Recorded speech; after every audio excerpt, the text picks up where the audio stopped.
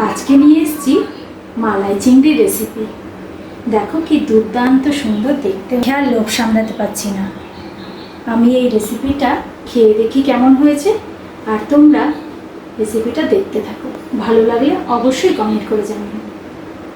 ছেলের আবদারে ভালো ইলিশ মাছ আনতে গিয়ে বাজারে না পেয়ে বেশ বড় বড় সাইজের চিংড়ি পেয়ে তাই নিয়ে চলে এসছে। তাই ভাবলাম একটা স্পেশাল কিছু রেসিপি তৈরি করা যাক। প্রথমেই কড়াইয়ে দিয়ে দিলাম সর্ষের তেল। এই রান্নাটা সম্পূর্ণ সর্ষের তেলেই কিন্তু করতে হবে।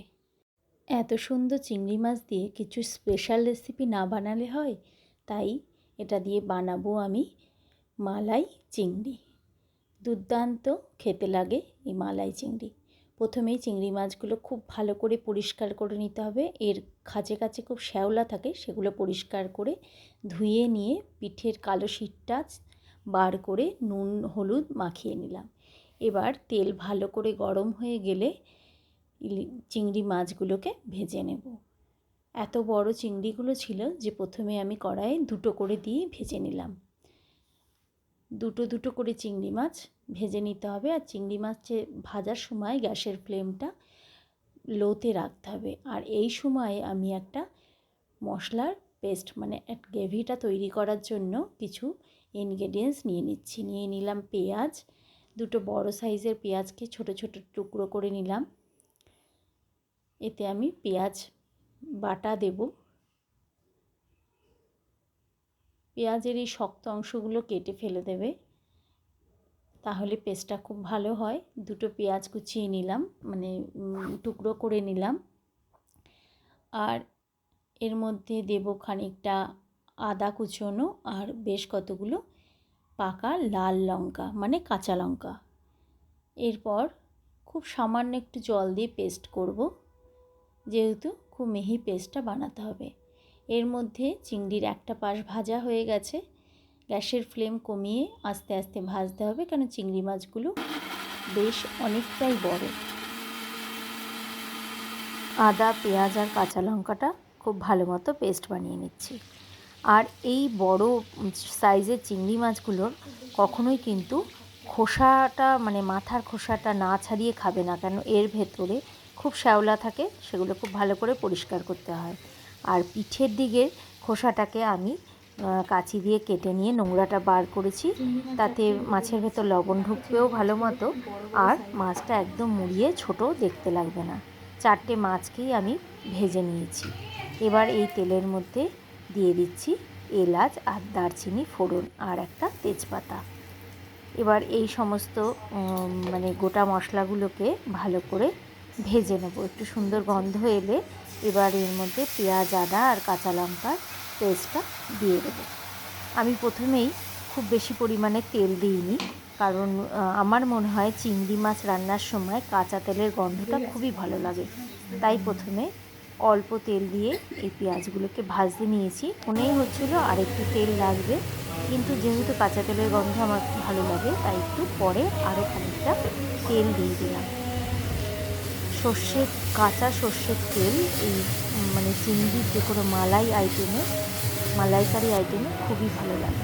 এতে কিন্তু আমি কোনো রকম নারকেল ইউজ করব না। এবার এর মধ্যে দিয়ে দিলাম পরিমাণ মতো লবণ আর হলুদ, আর দিয়ে দিলাম খানিকটা জিরের গুঁড়ো আর শুকনো লঙ্কার গুঁড়ো, একটু কালার হওয়া একটু ঝালের জন্য। আর দিয়ে দিলাম বেশ খানিকটা পরিমাণে চিনি, কারণ মালাই চিংড়ি একটু মিষ্টি মিষ্টি খেতেই ভালো লাগে। এবার এই সমস্ত কিছুকে ভালো করে একটু ভেজে নিয়ে এর মধ্যে এবার আমি দিয়ে দিলাম দুধ, আর মানে ঘন দুধ আর দুধের সর। এই রান্নাটা কিন্তু সম্পূর্ণ মানে এই গ্রেভিটা কিন্তু জল ছাড়া তৈরি করতে হবে। মালাই মানে দুধের সর, এইটাই এই মালাই। এতে নারকেল ব্যবহার করার প্রয়োজন নেই, মানে নারকেলের দুধ বা নারকেলের মানে ঘষা না কোড়া এগুলো ব্যবহার করব না।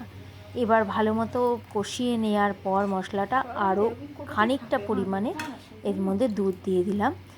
যতটা আমি গ্রেভিটা তৈরি করব সেই রকম পরিমাণে বেশ খানিকটা দুধ দিয়ে দেবো। আর মাছটা সেদ্ধ হতেও খানিকটা দুধ শুকিয়ে যাবে, সুতরাং সেই মতো এর মধ্যে দুধ মিশিয়ে দিলাম। এবার চিংড়ি মাছগুলোকে দিয়ে দিলাম। আর এই রান্নাটা এতটাই টেস্টি হয়, তোমরা একবার বাড়িতে বানিয়ে দেখো, কি ভালো লাগবে খেতে। নারকেল অনেকেরই হজম হতে অসুবিধা হয়, এইভাবে মালাই চিংড়ি করলে দুর্দান্ত খেতে লাগে। এবার মাছগুলো দেওয়ার পর চিংড়ি মাছের যে তেলটুকুনি ছিল ভাজা, সেটাও দিয়ে এবার 10 মিনিট রান্না করব। মিনিট 5 রান্না হওয়ার পর চিংড়ি মাছগুলোকে একটু উল্টে দেবো, কারণ আর একটা পাশও ভালো মতো সেদ্ধ হতে হবে। আর অবশ্যই চিংড়ি মাছ ভাজার সময় গ্যাসের ফ্লেম লো করে কম ভাজবে, তাহলে চিংড়ি মাছ বেশি টেস্টি লাগে খেতে, তা নাহলে কিন্তু খুব স্টিফ হয়ে যায়। এবার আরও 5 মিনিট রান্না করে নেব উল্টে দেওয়ার পর। মোট 10 মিনিট এই মাছটাকে, মানে চিংড়ি মাছটাকে আমি রান্না করে নিলাম। এবার ঢাকনা খুলেছি, দেখো কি সুন্দর মানে কালারটা হয়েছে। এবার একটু নুন মিষ্টি সমস্ত কিছু টেস্ট করে দেখে নেব, আর দিয়ে দিলাম বেশ কতগুলো চিড়ে রাখা কাঁচা লঙ্কা। কারো ঝাল খেতে বেশি পছন্দ করলে সেটা, মানে এই কাঁচা লঙ্কাগুলো সে খেতে পারবে।